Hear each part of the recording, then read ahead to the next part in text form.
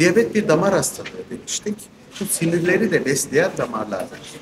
Ve diyabet ilerlediği durumda bu sinirleri besleyen damarlar sinirleri yeteri kadar besleyemediği için bu sinirlerde bazı problemler ortaya çıkmaya başlıyor. Ne tarz problemler çıkıyor? Özellikle eldiven, çorap tarzı dediğimiz, yani eldiveni giydiğimiz kısımlar ve çorap ayaklardaki kısımlarda hissizlik, parestezi dediğimiz yanma, karıncalanma gibi hislerle kendini gösteriyor. Bunların erken dönemde tespiti ve tedavisiyle sinirlerdeki geri dönüşümsüz hasarları azaltma şansımız var. Ama özellikle diyabeti iyi kontrol edemezsek bu hastalarda maalesef organ kayıplarına giden sonuçlar doğurabiliyor. Diyabetik otonom nöropatiye bağlı olarak ayakta durmada, dengeyi sağlamada da problem yaşayabiliyor. Dolayısıyla düşmeye de eğilimli olabiliyor bu hastalar. Bu sebeple de özellikle diyabetin bu komplikasyonuna mutlaka dikkat çekmek istiyorum. Çünkü diyabet bir damar hastalığı. Farz edelim hastamızın ayakları yandı. Normal sağlıklı bir hastanın damar yapısı, sağlıklı birinin damar yapısında bu rahatlıkla iyileşebilecek ya da uzun sürmeden iyileştirilebilecek bir süre çeker. Kan damarlarının bozuk olduğu diyabet hastalarında buraya iyileştirici faktörlerin, iyileştirici kan akımının yeterince olmaması nedeniyle biz bu hastaların bazen ayaklarını, parmaklarını kurtaramayabiliyoruz, kesmek zorunda kalıyoruz. Bu da hastanın günlük hayatını son derece olumsuz etkiler. Bu bağlamda özellikle diyabet hastalarında birkaç hususa dikkat çekmemiz lazım.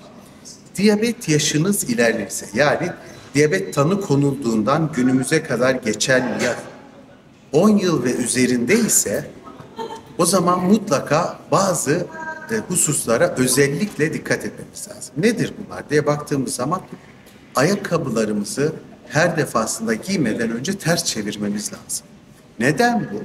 Çünkü ayakkabılarımızın içerisinde bizim kontrolümüz dışında ufak çakıl taşları girebilir, böcek girebilir vesaire. Biz bunu normal, sağlıklı bir hissiyatımız olduğu durumda biz bunu rahatlıkla hissedebiliriz ve hemen ayakkabıyı çıkarıp bu durumu ortadan kaldırabiliriz. Ama diyabetik hastaların hissiyatı bozulduğu için bunlar hissetmiyor. O da orada devamlı bası oluşturarak damarsal dolaşımı da bozuk olduğundan yaralara sebep oluyor. Diyabetik ayak yaraları maalesef kanayan bir yaramız.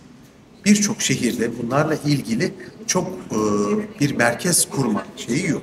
Biz Bursa Şehir Hastanesi'nde diyabetik ayaklı hastalar için de bir konsey eşliğinde plastik cerrahi, kalp damar cerrahisi, yara bakımı, dahiliye, endokrin bunların bir konsey şeklinde tedavi sunmaya çalışıyoruz. Ancak bu hastaların sıklıkla yatış süreleri çok fazla uzaması gerektiği için, çünkü tedaviye cevapları da çok zor, bizler için son derece zor hasta grubunu oluşturuyor.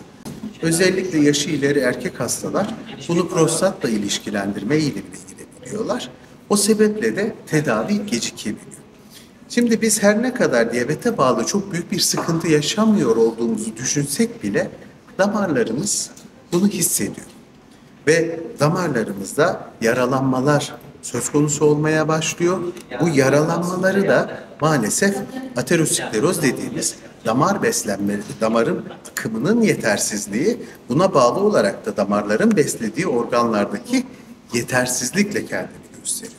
O sebeple de benim kan şekerim 500 olsa bile ben hiçbir şey hissetmiyorum hocam, tedaviye gerek yok, son derece yanlış. Ha ne olur?